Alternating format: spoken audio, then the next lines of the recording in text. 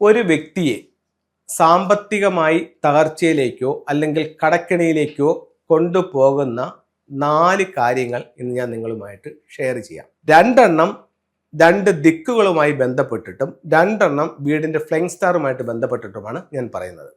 ഒന്ന്, നമ്മുടെ ഭാരതത്തിന്റെ വാസ്തുപ്രകാരം തെക്കു പടിഞ്ഞാറ് ഭാഗം, അതായത് കന്നിമൂല, സൗത്ത് വെസ്റ്റ് കോർണർ വളരെ വളരെ പ്രധാനപ്പെട്ട ദിക്കുകളിൽ ഒന്നാണ്. അപ്പോൾ നമ്മൾ ഒരു വീട് വെക്കുമ്പോൾ തെക്കു പടിഞ്ഞാറ് ഭാഗം എപ്പോഴും അടഞ്ഞു നിൽക്കണം. അതല്ലെന്നുണ്ടെങ്കിൽ നമ്മുടെ പൈസ പോകും. ഇപ്പോൾ തെക്ക് പടിഞ്ഞാറ് ഭാഗം അടഞ്ഞു വരാതെ തുറന്നു പോകുന്ന അല്ലെങ്കിൽ പൈസ നഷ്ടപ്പെട്ടു പോകുന്ന നിർമ്മിതിയിൽ വരുന്ന പ്രശ്നങ്ങൾ എന്തൊക്കെയാണെന്ന് വെച്ച് കഴിഞ്ഞാൽ, ഒന്ന്, നിങ്ങളുടെ വസ്തുവിൻ്റെ തെക്ക് പടിഞ്ഞാറ് ഭാഗത്താണ് നിങ്ങളുടെ വസ്തുവിലേക്ക് പ്രവേശിക്കാനുള്ള ഗേറ്റെങ്കിൽ നിങ്ങളെ പൈസ നിൽക്കില്ല. 2, നിങ്ങളുടെ വീടിൻ്റെ തെക്ക് പടിഞ്ഞാറ് മൂലയിലാണ് നിങ്ങളുടെ വീടിൻ്റെ പ്രധാന കവാടമെങ്കിലും നിങ്ങൾക്ക് അവിടെ പൈസ നിൽക്കില്ല. 3, വീട് പണിഞ്ഞപ്പോൾ തെക്ക് പടിഞ്ഞാറ് ഭാഗം ഒഴിച്ചിട്ടുകൊണ്ടാണ്, അതായത് വീടിൻ്റെ സ്ക്വയറോ റെക്ടാങ്കിൾ ഷേപ്പിലോ ചെയ്തപ്പോൾ സൗത്ത് വെസ്റ്റ് എന്ന് പറയുന്ന ഭാഗം നിങ്ങൾക്കില്ല, അവിടെ നിങ്ങൾ ഫ്രീ ആക്കി ഇട്ടിരിക്കുകയാണ്. അല്ലെങ്കിൽ ആ ഭാഗത്ത് നിങ്ങളൊരു കാർ പോർച്ചാണ് പണിഞ്ഞിരിക്കുന്നത്, ഉറപ്പായിട്ടും പൈസ അവിടെ നിൽക്കില്ല. അപ്പം ദിക്കുകളെ സംബന്ധിച്ചിടത്തോളം കന്നിയിലുണ്ടാകുന്ന പിഴവ് നമ്മുടെ സമ്പത്തിനെ ഒഴുക്കിക്കളയും, അല്ലെങ്കിൽ സമ്പത്ത് ഒഴുകിപ്പോകുന്നത് നമ്മൾ അറിയാതെ പോകും. 2, വീടിൻ്റെ മറ്റൊരു പ്രധാനപ്പെട്ട ദിക്കാണ് തെക്ക് കിഴക്ക്, അതായത് അഗ്നികോണ്, അതായത് സൗത്ത് ഈസ്റ്റ്. ആ തെക്ക് കിഴക്ക് മൂല ഫെങ്ഷു പ്രകാരം സമ്പത്തിൻ്റെ ദിക്കായിട്ടാണ് പറയുന്നത്. ആ സമ്പത്തിൻ്റെ ദിക്കിൽ നിങ്ങൾക്ക് ഒരു മിസ്സിങ്, അതായത് ഞാൻ തെക്ക് പടിഞ്ഞാറ് പറഞ്ഞതുപോലെ തെക്ക് കിഴക്ക് ഭാഗത്ത് നിങ്ങൾക്ക് ഒഴിഞ്ഞു കിടക്കുകയോ തെക്ക് കിഴക്ക് ഭാഗത്ത് നിങ്ങൾക്ക് ഒരു കാർ പോർച്ച് വരികയോ ചെയ്തിട്ടുണ്ടെങ്കിലും അവിടെ മിസ്സിംഗ് ആണ്, അവിടെയും പൈസയുടെ അധിക ചെലവുണ്ടാവും.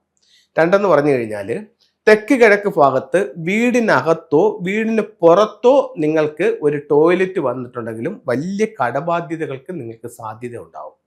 3, വീടിൻ്റെ പുറത്ത് തെക്ക് കിഴക്ക് ഭാഗത്ത് സെപ്റ്റിക് ടാങ്ക്, ബോർവെല്ല്, കിണർ, വേസ്റ്റ് വാട്ടർ ടാങ്ക് എന്നിവയുണ്ടെങ്കിലും കടബാധ്യതയ്ക്കുള്ള സാധ്യത വളരെയധികം കൂടുതലാണ്. അപ്പോൾ ഒരു കാരണവശാലും ദിക്കുകളിൽ ഇത്തരത്തിലുള്ള കാര്യങ്ങൾ പാടില്ല. ഇനി ഫ്ലൈങ് സ്റ്റാർ പ്രകാരം നിങ്ങളുടെ വീടിൻ്റെ പ്രധാന പ്ലാൻ എടുത്ത് അതിൻ്റെ ഫ്ലൈങ് സ്റ്റാർ എടുത്ത് നോക്കുമ്പോൾ നിങ്ങളുടെ വീടിൻ്റെ പ്രധാന വാതിലിൽ ഒരു 2-5 കോമ്പിനേഷൻ ആണെന്നുണ്ടെങ്കിൽ വളരെ വലിയ കടബാധ്യതകളിലേക്ക് നിങ്ങളെ കൊണ്ടുപോകാനായിട്ട് ഈ ഒരു സ്റ്റാർ മൂലം സംഭവിക്കുന്നതാണ്.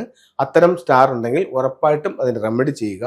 അതുപോലെ തന്നെ നിങ്ങൾ കിടക്കുന്ന ബെഡ്റൂമിൻ്റെ ഫ്ലൈങ് സ്റ്റാർ നമ്പർ എത്രയാണെന്ന് നിങ്ങൾ അറിഞ്ഞിരിക്കണം. ഒരു 5-2 ആണ് അവിടുത്തെ കോമ്പിനേഷൻ എങ്കിലും ടോട്ടൽ ലോസിലേക്ക് എത്താനുള്ള സാധ്യത വളരെയധികം കൂടുതലാണ്. അപ്പോൾ ഈ കാര്യങ്ങൾ ഉറപ്പായിട്ടും നോക്കുക. നിങ്ങൾക്ക് ഇത്തരത്തിലുള്ള എന്തെങ്കിലും ഫിനാൻഷ്യൽ പ്രോബ്ലം ഉണ്ടെങ്കിൽ ഇതിലൊരു കാരണമാകാനുള്ള സാധ്യത വളരെ വളരെ കൂടുതലാണ്.